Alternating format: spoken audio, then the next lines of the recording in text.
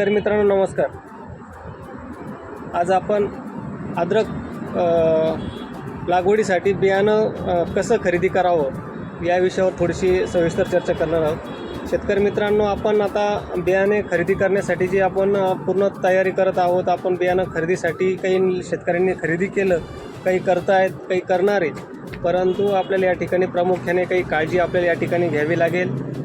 शेतकरी मित्रांनो, आपण जे प्लॉट बघितलेले आहेत, आपल्या नजरेखालील जे काही प्लॉट आहेत त्या प्लॉटमधून आपण बियाणं खरेदी करा।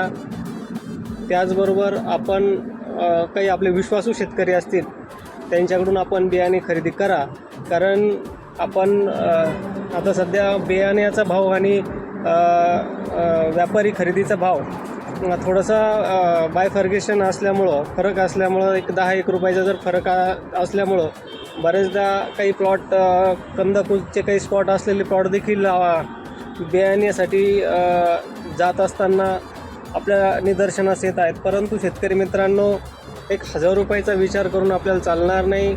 समोरच्याचा प्लॉटला खर्च खूप आहे। एखाद्या प्लॉटमधून जर 10-1 टन जर बियाणं गेलं तर ते तिकडं 10-15 एकर शेतकऱ्यांची लागवड त्या बियाण्यामध्ये होणार आहेत, परंतु त्यांचा खर्च खूप आहे। असं जर बियाणं काही शेतकऱ्यांना जर गेलं तर त्याचा परिणाम खूप होतो, अडचणी वाढतात, खर्च खूप आहे। त्यामुळं आपण बियाण्यामध्ये कोणतेही 5-10 रुपयाकडे बघून न करता, 5-10 रुपयाकडे न बघता आपण शक्यतो चांगलं बियाणं कसं खरेदी करता येईल याकडे प्रामुख्याने लक्ष दिलं पाहिजे। त्याचबरोबर काही शेतकऱ्यांची शंका अशी आहे की आपण बियाणे निवड करत असताना जास्त जाड असलेलं बियाणं निवड केली तर आपला प्लॉट देखील चांगला, कंदाची जाडी चांगली जाड होईल आणि उत्पादन वाढेल। परंतु शेतकरी मित्रांनो, असं अजिबात नसतं। आपल्याला बियाणे निवड करत असताना मध्यम स्वरूपाचं बियाणं हेच लागवडीसाठी वापरायचं आहे, कारण मध्यम स्वरूपाचं बियाणं जर आपण लागवडीसाठी निवडलं ते क्वांटिटीमध्येही आपल्याला 1 एकरसाठी 10 क्विंटल जर घेतलं तर आपले तेवढं कॅल्क्युलेशन जुळतं, कारण खूप जाड जर बियाणं घेतलं तर त्याची क्वांटिटी आपल्याला कमी येते आणि आपलं बियाण्यामध्ये बी आपल्याला लागवडीमध्ये व्हेरिएशन येण्याची शक्यता आपल्याला नाकारता येत नाही। म्हणून आपण शक्यतो मध्यम स्वरूपाचं बियाणं लागवडीसाठी वापरावं। यामध्ये महत्त्वाचा विषय असा की आपण जिथून बियाणं खरेदी करणार आहोत त्या प्लॉटला माती किती आहे, त्या बेण्यावर मातीचा थर किती आहेत हे देखील आपण बघितलं पाहिजेत, कारण टेम्परेचर खूप आहे। त्या टेम्परेचरमध्ये वरची माती गरम होऊन बियाण्याचे तोंड असे आपल्याला ढवळे तयार झालेले दिसतात आणि त्यावर चिरण्या असं उरलेलं ते आपल्याला दिसत आहे। परंतु शेतकरी मित्रांनो, जर बियाण्याचे जर डोळे जर उन्हाने तापलेले असतील, त्याला जर चटका बसलेला असेल तर तो आपल्याला फंगसवर, हा पुढचा विषय, फंगसकडं त्याची वाटचाल होत असते आणि त्या जखमेमधून जर फंगस आतमध्ये गेला तर ते आपल्याला त्यावर कंट्रोल सहजासहजी मिळत नाही। म्हणून आपण एक विशेष बाब म्हणून याकडं विशेष लक्ष घालावं आणि आपले प्लॉट आपल्याला चांगले डेव्हलप कसे करता येतील याकडे विशेष लक्ष घाला। कारण शेतकरी मित्रांनो, आपण आता सध्या बघतोय काही शेतकरी 10 टन उत्पादन घेत आहेत एकरी, काही 12 टन घेत आहेत, काही 15 घेत आहेत, काही 20 घेत आहेत, 25-30 टनापर्यंत आता आपण पोचलेलो आहे।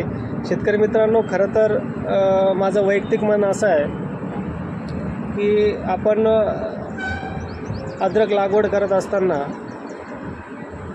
जमीन निवडत असताना आपण काही बारकावे या ठिकाणी आपल्याला लक्षात घ्यावे लागतील, परंतु आपल्याला जमिनीमध्ये 5-5, 4-4 पिकं घ्यायची सवय लागली आणि ती जमीन आता ड्राय होत नाही, वाळत नाही आहे आणि यामुळे त्या बुरशा त्या ठिकाणी तशाच त्या जमिनीमध्ये राहून आपण कंदवर्गीय पिकाला त्या त्रास देत असतात।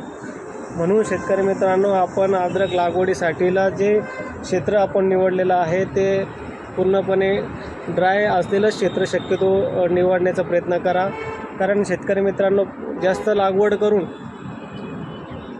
उत्पादन मिळवण्यापेक्षा त्याच्या 50% लागवड करा आणि उत्पादन वाढवा. भाव आपल्या हातात नाही, परंतु उत्पादन घेणं आपल्या हातात आहे. जे शेतकरी 10-12 टन उत्पादन घेत असतील त्यांनी 20, 25, 30 टनापर्यंत कसं जाता येईल याकडं विशेष काम आपण करावं.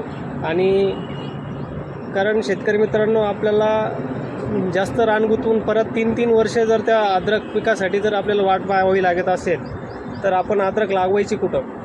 परंतु आपल्याला काही शेतकरी हिंमत करतात, लागवड करतात, अद्रक बियाणं उतरल्यानंतरच ते पिवळं पडायला लागतं. तिथं शेतकरी डिप्रेशनमध्ये जातो, खचून जातो. कारण खर्च हा न परवडणारा असल्यामुळं फार टेन्शनचं काम या ठिकाणी होत असतं. आणि म्हणून आपल्याला या गोष्टी विशेष बाब म्हणून लक्षात घ्यावे लागतील. कमी क्षेत्रावर लागवड करा, योग्य क्षेत्र निवडा, चांगलं बियाणं निवडा आणि 25 ते 30 टनापर्यंत उत्पादन काढण्यासाठी आपण सज्ज व्हा. सर्व शेतकरी बांधवांना माझ्याकडून खूप खूप शुभेच्छा आणि धन्यवाद.